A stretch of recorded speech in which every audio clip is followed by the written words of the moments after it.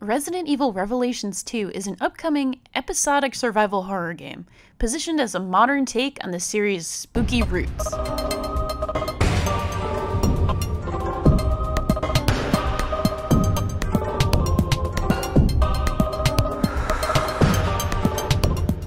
If you never played the first Revelations, a 3DS and console game from 2012, that's okay.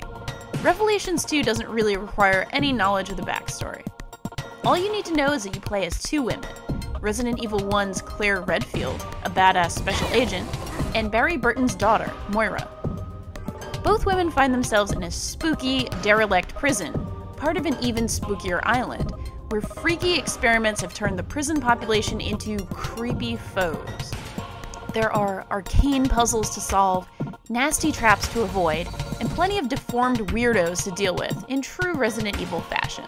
There will be couch co-op for the game, but playing single player, I swapped between the two women at will. Swapping between Claire and Moira felt natural, and each woman has her strengths. Claire is the markswoman and the muscle, with access to guns and special attacks. Moira primarily does flashlight duty. It's not as boring as you may think. Moira is able to find important items, and she has a killer finishing move. I found myself swapping between them often in exploration and in combat. Stunning an enemy with Moira's flashlight, shooting or wailing on it with Claire, and finishing it off with Moira's crowbar. It felt genuinely cool to play a survival horror game with two women protagonists.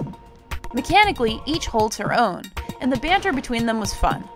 It's pure Resident Evil, but with a refreshing twist. I played just under an hour, which my demo folks said was just under half of the first episode. With a decent mix of puzzle solving and nasty creature beating, I think 2 to 3 hours each of Resident Evil sounds about perfect. The first episode of Resident Evil Revelations 2 will release in February of 2015 on PS3, PS4, Windows PC, Xbox 360, and Xbox One. Capcom is planning 4 episodes of the game.